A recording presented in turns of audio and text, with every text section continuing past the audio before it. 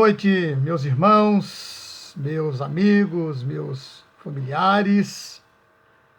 Estamos mais uma vez nesta live, trazendo estudos da Palavra de Deus para o nosso crescimento espiritual. Espero que todos vocês estejam bem, estejam alegres. Sei também de alguns irmãos que estão enfermos, queremos orar por cada um deles, né? E sabemos que Deus responde às nossas orações. Vamos dar início nesse instante já agradecendo a presença de nossos irmãos. Temos aqui a Roseli, um abraço, minha irmã. Temos o irmão Erlindo e a Sonja, o nosso irmão Márcio, temos a Isaura, minha cunhada. Um abraço a cada um de vocês, meus amados irmãos, meus queridos. Deus possa estar abençoando vocês, abençoando cada um de vocês. Tinha também conosco, agora em instante, o nosso irmão João Albuquerque, o Joca, lá de Diadema. Eu acho que caiu a conexão dele, logo ele volta e a gente abraça novamente. Vamos estar orando para dar início ao nosso trabalho? Senhor, nesse momento eu quero estar orando, ó Pai, buscando Tuas bênçãos sobre nossas vidas. Quero estar orando, Pai, buscando o Senhor, porque sabemos que És poderoso para responder às nossas orações. Quero nesse instante, ó Deus, estar lembrando de colocar em Tuas mãos as nossas súplicas sobre o nosso irmão Erlindo. Senhor, abençoe esse nosso irmão que tem sofrido com essa enfermidade no olho. Também, ó Pai, quero estar pedindo que o Senhor esteja abençoando a Tatiane, Senhor, na sua recuperação. Ó Deus, abençoe tua serva que está hospitalizada. Também peço tuas bênçãos sobre o meu cunhado, o Vicente, o Taquinho. Ó Deus, abençoe, Senhor, recuperando a sua saúde. Senhor, que ele possa se levantar daquele leito de enfermidade. Tu tens poder, Senhor, e nós colocamos tudo em Tuas mãos, esperando pela Tua vontade sobre nossas vidas, porque ela é soberana e nós, ó Pai, humildemente nos colocamos diante do Senhor. Ó Deus, abençoe as famílias que estão enlutadas, ó Deus, trazendo consolo espiritual, trazendo, ó Pai, alegria aos corações, mesmo sabendo que a perda entristece a alma. Senhor, abençoe esses nossos irmãos e todos os demais enfermos, ó Pai, esteja curando.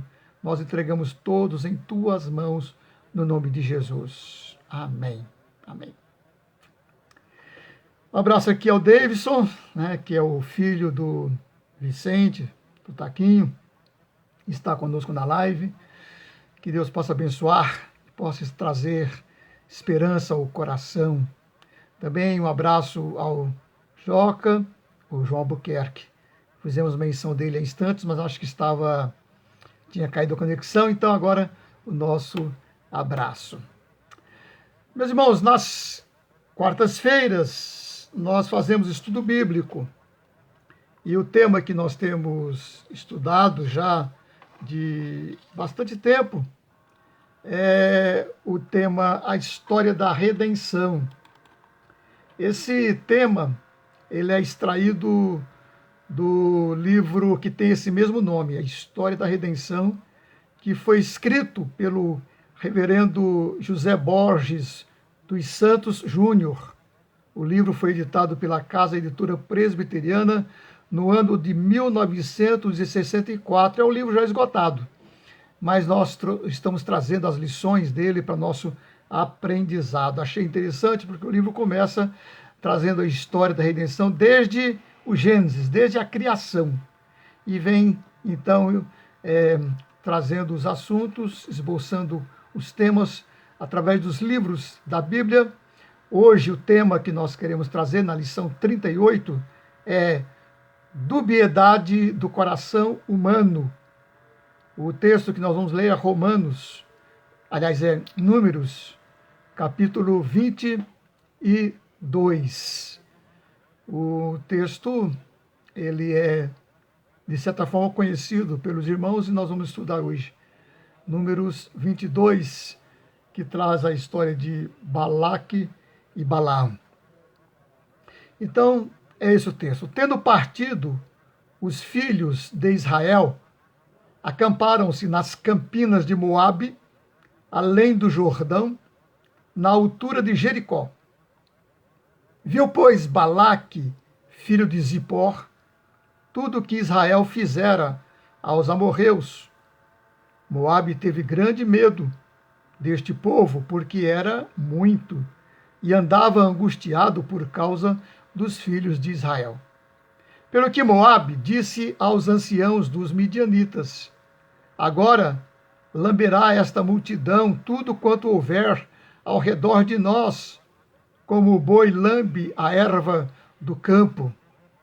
Balaque, filho de Zippor, naquele tempo, era rei dos Moabitas. Enviou ele mensageiros a Balaão, filho de Beor, a Petor, que está junto ao rio Eufrates, na terra dos filisteus. Aliás, na terra dos filhos do seu povo, a chamá-lo, dizendo: eis que um povo saiu do Egito, cobre a face da terra e está morando defronte de mim. Vem, pois, agora, rogo-te, amaldiçoa-me este povo, pois é mais poderoso do que eu, para ver se o poderei ferir e lançar fora da terra. Porque sei que a quem tu abençoares será abençoado, e a quem tu amaldiçoares será amaldiçoado. Então foram-se os anciãos dos Moabitas e os anciãos dos Midianitas, levando consigo o preço dos encantamentos, e chegaram a Balaão e lhe referiram as palavras de Balaque. Balaão lhes disse: ficai aqui esta noite e vos trarei a resposta. Como o Senhor me falar. Então os príncipes dos Moabitas ficaram com Balaão. Veio Deus a Balaão e disse: quem são esses homens contigo? Respondeu Balaão a Deus: Balaque, rei dos Moabitas, filhos de Zippor, os enviou para que me dissessem: eis que o povo que saiu do Egito cobre a face da terra. Vem agora, amaldiçoa-mo, talvez eu possa combatê-lo e lançá-lo fora. Então disse Deus a Balaão: não irás com eles, nem amaldiçoarás o povo, porque é povo abençoado. Levantou-se Balaão pela manhã e disse aos príncipes de Balaque: tornai a vossa terra, porque o Senhor recusa deixar-me ir convosco.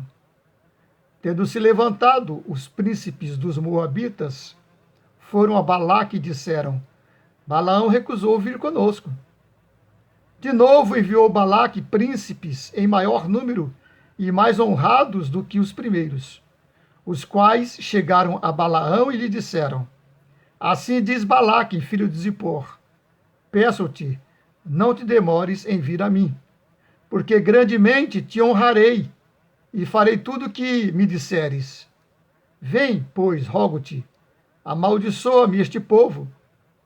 Respondeu Balaão aos oficiais de Balaque: ainda que Balaque me desse a sua casa cheia de prata e de ouro, eu não poderia traspassar o mandado do Senhor, meu Deus, para fazer coisa pequena ou grande. Agora, pois, rogo-vos que também aqui fiqueis esta noite, para que eu saiba o que mais o Senhor me dirá.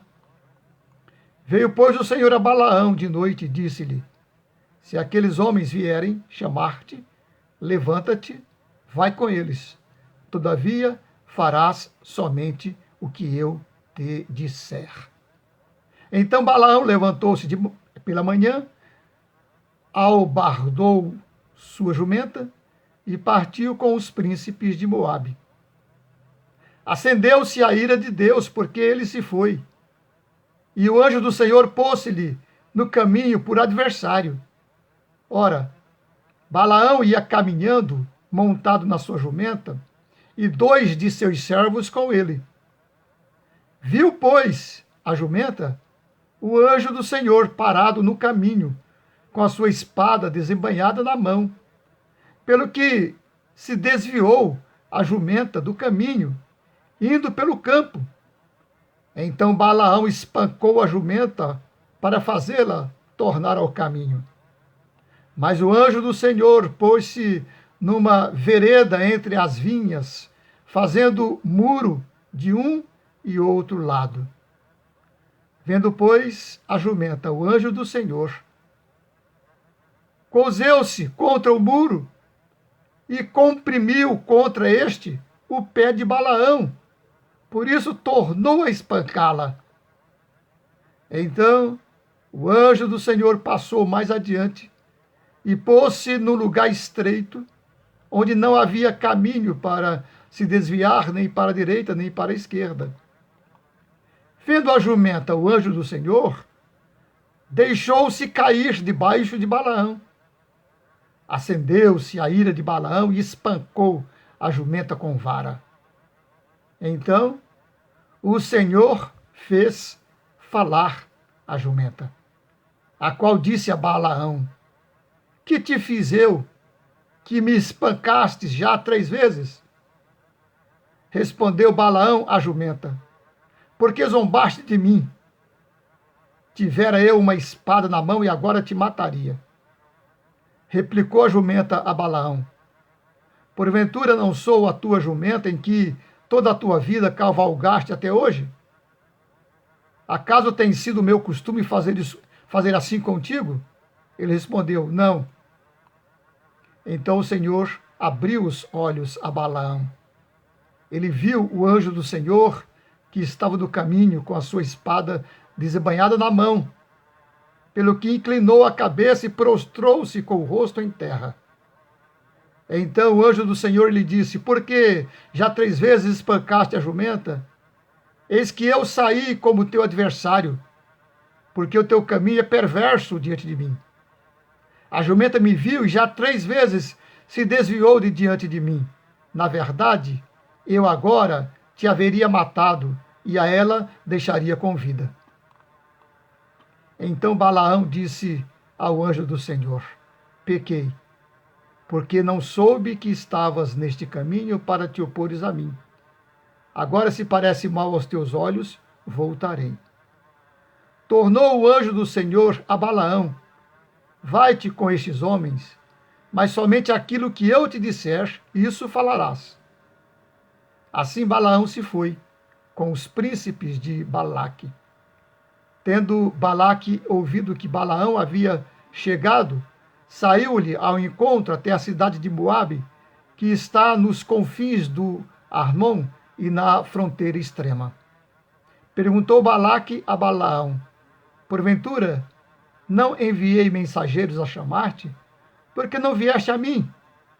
Não posso eu, na verdade, honrar-te?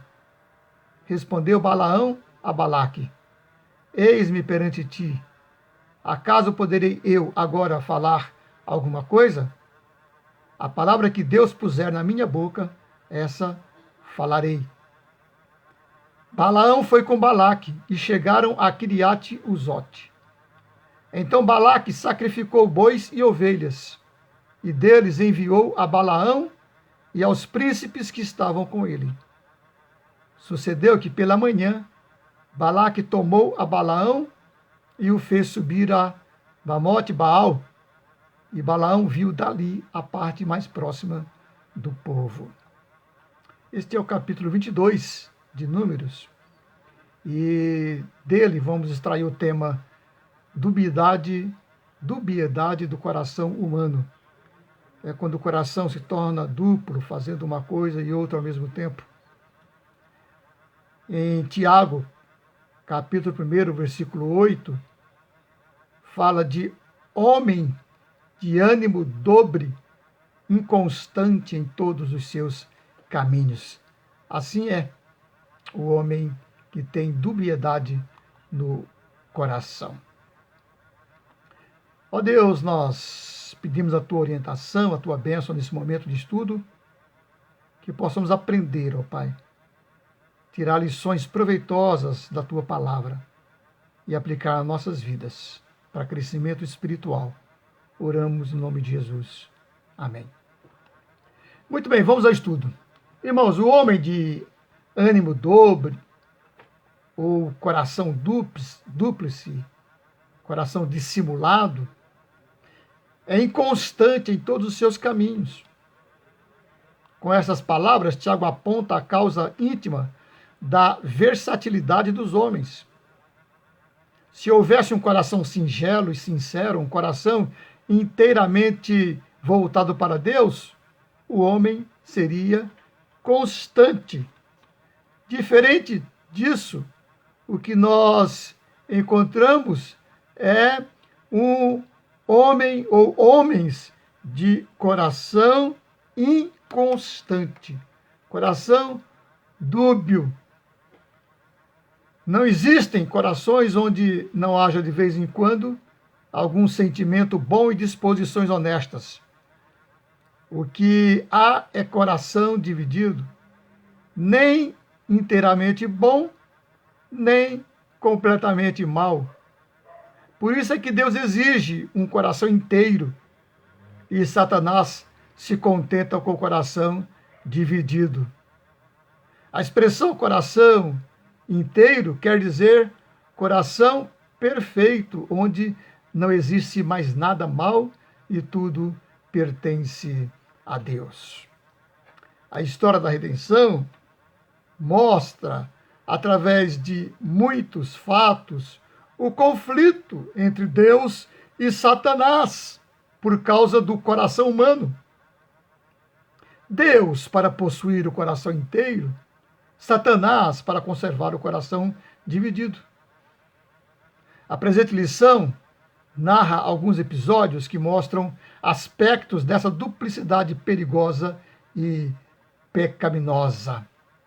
Vamos ver então esse assunto e antes de continuar eu quero mandar o nosso abraço à nossa irmã Carmen, minha irmã, que Deus esteja abençoando você, minha irmã, que esteja abençoando a Juliana, sua filha, que Deus possa estar trazendo paz ao coração de vocês e saúde. Também saudar a irmã Vilma, que tem um esposo também enfermo, orando para que Deus possa abençoar nossos irmãos, curando-os de suas enfermidades. Ok? Um abraço. Muito bem, vamos continuar. Irmãos, no texto que nós lemos, os israelitas tinham chegado nas campinas de Moabe e Balaque, rei dos Moabitas, percebeu o perigo daquele povo invasor que se acampara diante das suas terras. Mandou chamar Balaão, profeta, para amaldiçoar o povo de Israel. E aí começa o grande acontecimento que exibe os aspectos da duplicidade do coração humano, ou dubiedade do coração humano. Não é mesmo? E antes do primeiro ponto, vamos estar saudando também nossa irmã Cida. Um abraço, minha irmã, a paz. Nossa irmã Sueli e João Turco. Um abraço a cada um de vocês, meus irmãos. Pois bem, como falamos então, os acontecimentos aqui vai exibir esses aspectos da dubiedade do coração humano, da duplicidade do coração humano. Primeira coisa que nós percebemos é violência e superstição. No coração do homem, violência e superstição. Duas coisas que andam sempre juntas. Os violentos são, em geral, medrosos e, por isso mesmo, dados à superstição. Era o caso de Balaque. Se dispusesse ele de força suficiente, esmagaria implacavelmente os israelitas. Só acreditava na força, na compulsão violenta, não acreditava na força interior dos princípios, e por isso, vendo uma força grande, ele que dispunha de força menor, tratou de procurar o auxílio de supostas forças invisíveis. Ele que só acreditava na força e que não cedia, senão obrigado pela força, supôs que aquele numeroso povo cedesse somente constrangido pela força. Essa é a psicologia dos violentos. Por isso ele mandou chamar Balaão para que amaldiçoasse o povo de Israel, certo de que essa maldição anularia o poder ofensivo dos israelitas. Eis aí uma boa amostra de superstição. O homem invoca o auxílio das forças invisíveis e sobrenaturais, imaginando que Deus, sendo invocado, ajudaria a qualquer um, independente dos princípios da justiça. Quem não acredita em princípios não deve recorrer ao invisível. Quem não obedece aos princípios não deve pedir o auxílio de Deus. Não adianta nada, porque o auxílio de Deus é sempre uma aplicação impecável de princípios de justiça e retidão. Mas nesse texto, ou nesse episódio, onde é que está a duplicidade? Vamos ver, né? E aí eu quero, antes de mostrar isto, mandar também um abraço a Neuza Barbosa. Boa noite, Neuza. Que Deus abençoe você, né? E que esse estudo venha também abençoar a sua vida. Ok? Muito bem, onde está a duplicidade? É simples. O violento, sentindo-se forte, não olha princípios, não atende a razões, esmaga o mais fraco. Sentindo-se fraco, recorre àquilo que implicitamente negaria se estivesse com a força na mão. Foi exatamente o caso de Balaão. 2 pesos e 2 medidas. Uma para os dias de força e outra para os dias de fraqueza. O mesmo fez o rico da parábola, o mesmo fez o mordomo incompassivo. Crer que Deus nos possa tratar com misericórdia quando tratamos os outros com misericórdia é pura superstição, porque essa crença implica na duplicidade de coração, coisa que Deus abomina. A segunda coisa que nós percebemos também no coração são palavras retas, desejos pecaminosos e conduta ambígua. É o caso de Balaão. A narrativa, sem uma análise mais profunda, nos deixaria perplexos, porque, à primeira vista, não parecia que Balaão tivesse feito alguma coisa má. Assim é que ele acompanhou os enviados de Balaque, porque Deus lhe tinha permitido. Entretanto, foi repreendido no caminho pelo anjo do Senhor. Basta examinar o episódio para ver onde estava o erro de Balaão. Que havia pecado, não há dúvida nenhuma. Nós sabemos porque o próprio Balaão o reconheceu quando disse, pequei. E segundo, porque o próprio anjo do Senhor declarou, disse, o teu caminho é perverso diante de mim. Portanto, para que a gente compreenda, vamos então examinar o fato. Veja, primeiro, Balaque fez uma proposta vantajosíssima a Balaão. E ele, tendo consultado ao Senhor se poderia aceitá-la, ouviu uma negativa de Deus.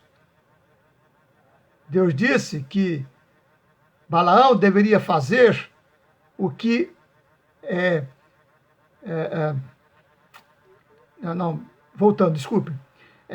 quando Balaão consultou o Senhor se poderia aceitá-la, ouviu uma negativa enfática de Deus. Fazer o que Balaque pedia era desfazer o que Deus tinha feito. Porque Balaque queria que se amaldiçoasse o povo que Deus já tinha abençoado. Irmãos, Deus é Deus, imutável, perfeito e sábio nos seus caminhos. Deus não volta atrás. Deus não se deixa influenciar pelos caprichos de homens que só se lembram dele em horas aflitivas e sem qualquer respeito aos seus princípios. A resposta de Deus fechava definitiva essa questão de Balaão amaldiçoar o povo de Deus. Mas embora Balaão se conformasse exteriormente com a recusa de Deus, doeu dentro dele, entretanto, perder a convidativa oferta de Balaque. Obedeceu, embora contrariado. A prova é que no dia seguinte, voltando os mensageiros de Balaque, ele voltou a insistir com Deus. Coisa pouco sensata, porque a primeira resposta divina já tinha fechado o assunto. Mas Deus permitiu que ele fosse, impondo uma condição. Se Balaão examinasse bem a condição que Deus impôs, ele estivesse honestamente disposto a cumpri-la, ele não teria ido. Por quê? Qual era a condição? Deus disse que ele deveria falar só o que ele mandasse. Mas o que é que desejava Balaque? Amaldiçoar o povo. Ora, isso, evidentemente, Deus não o mandaria fazer. Mas, ainda assim, Balaão foi. Queria ganhar a recompensa. Queria se acomodar à vontade de Deus. Aliás, queria acomodar a vontade de Deus com o seu próprio interesse. Mantinha no coração uma atitude indecisa, uma atitude dúbia. Ia ver em que paravam as coisas para resolver depois. Por fora parecia obedecer, mas o coração era perverso, era duro, era dúbio.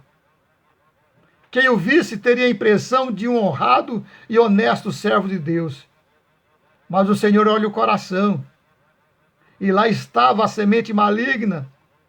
Por isso que o Senhor o repreendeu de uma forma inusitada, fazendo uma mula falar.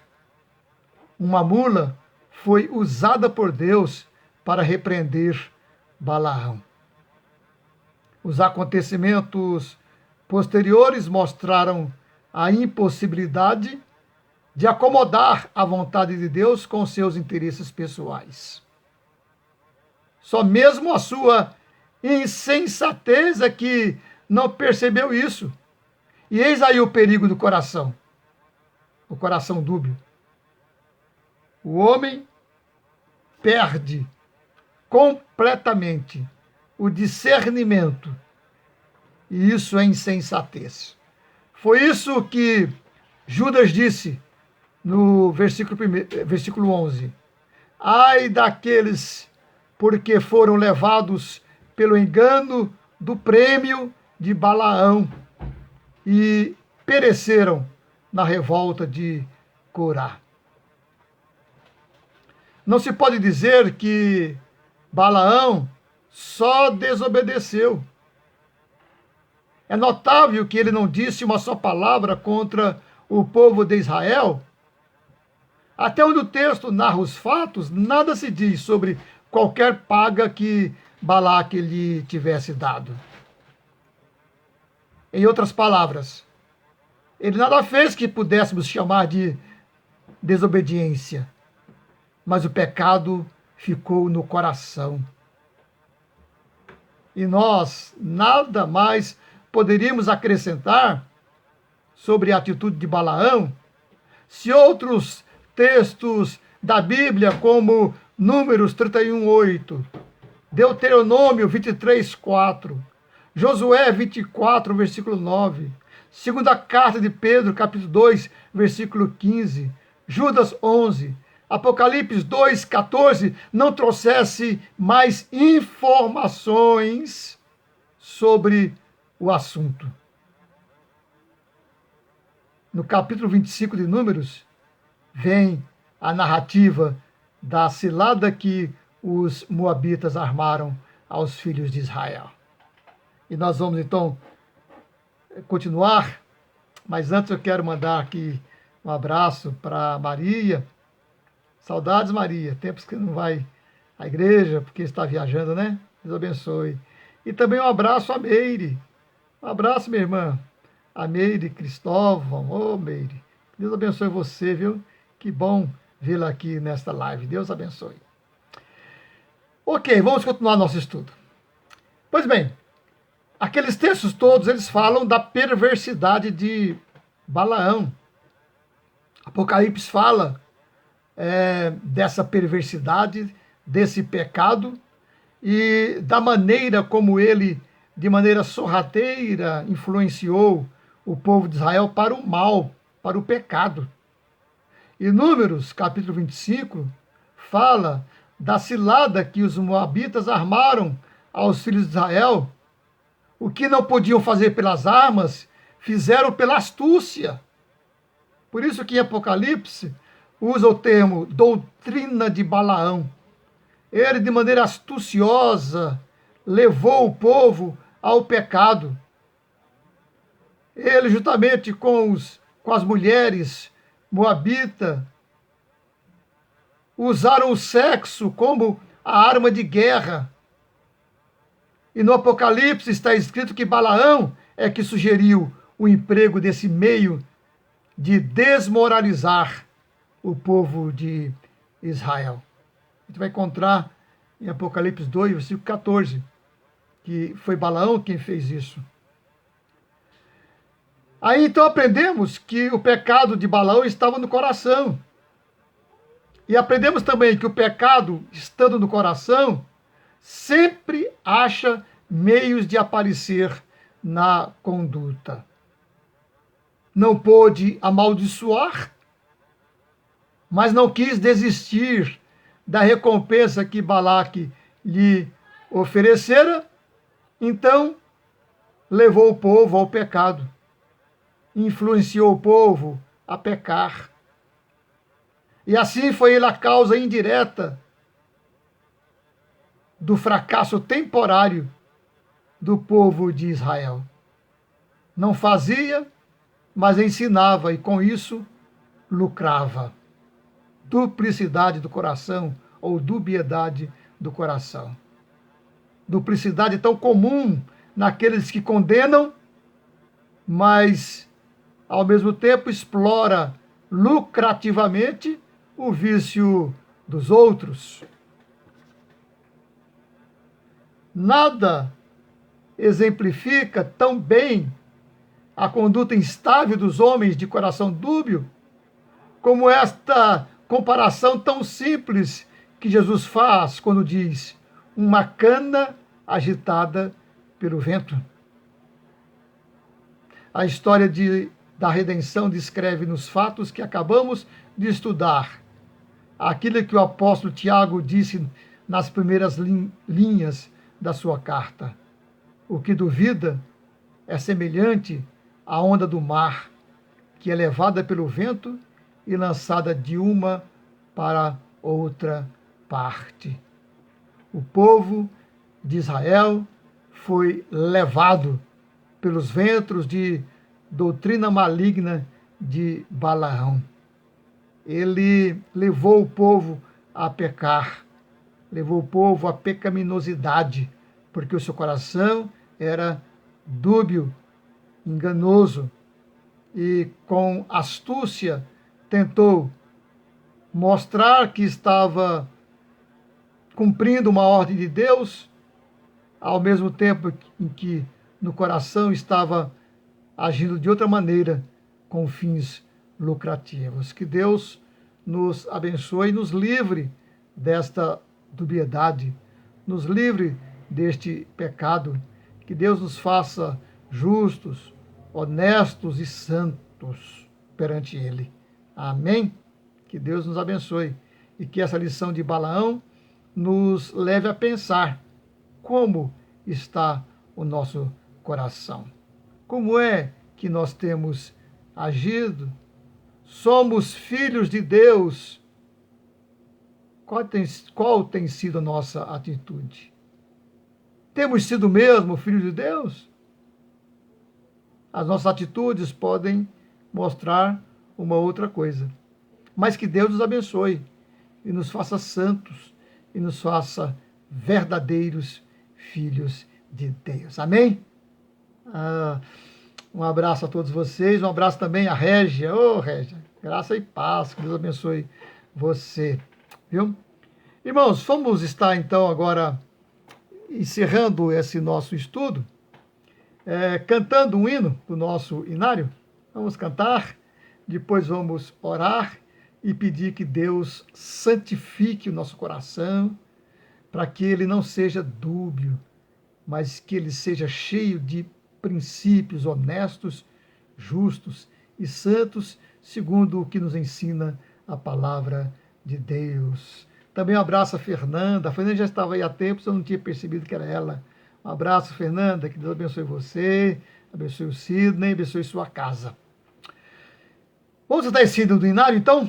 O hino 199 do nosso inário. Então, deixa eu colocar aqui para a gente cantar.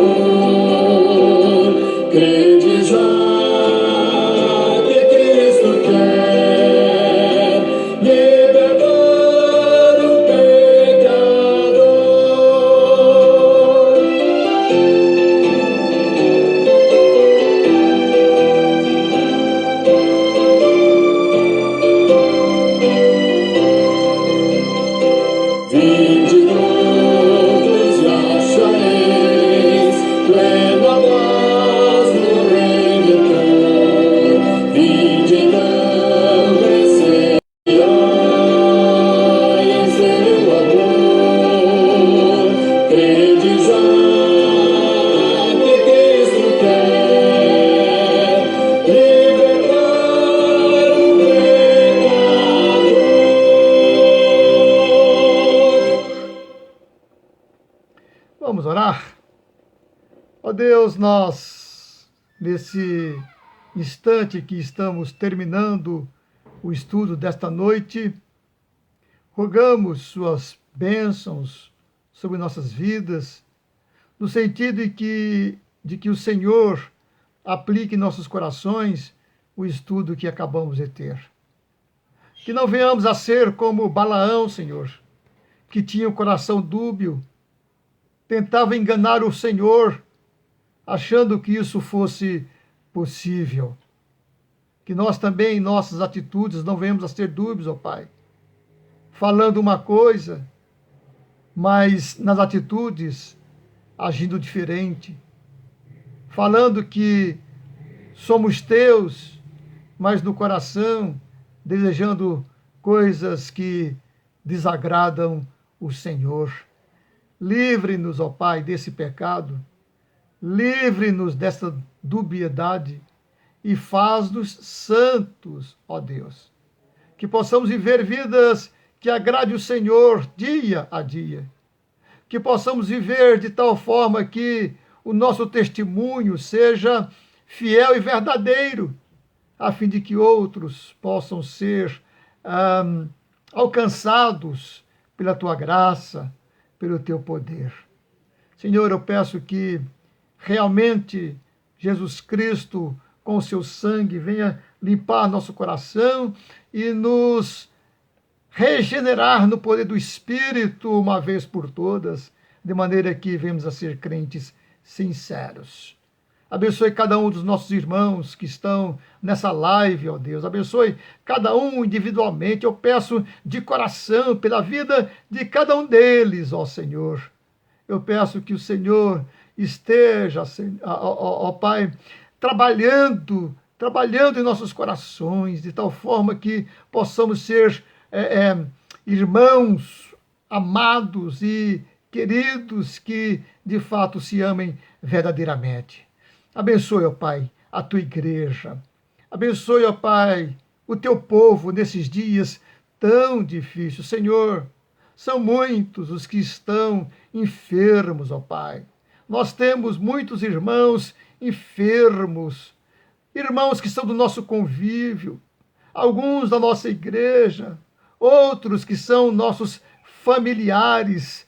Temos também, ó Pai, pastores de nossa igreja que estão, ó Pai, enfermos, ó Deus.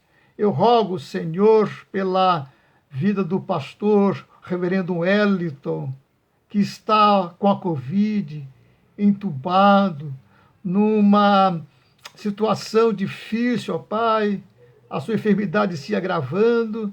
Abençoe a vida desse nosso irmão, ó Pai, curando-o. Abençoe a sua família, ó Pai, que está triste.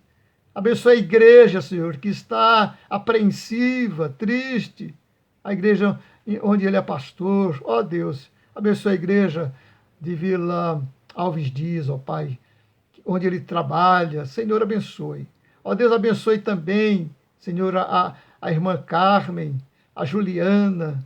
Abençoe meu cunhado Vicente, o Taquinho, que está também entubado, está numa situação crítica.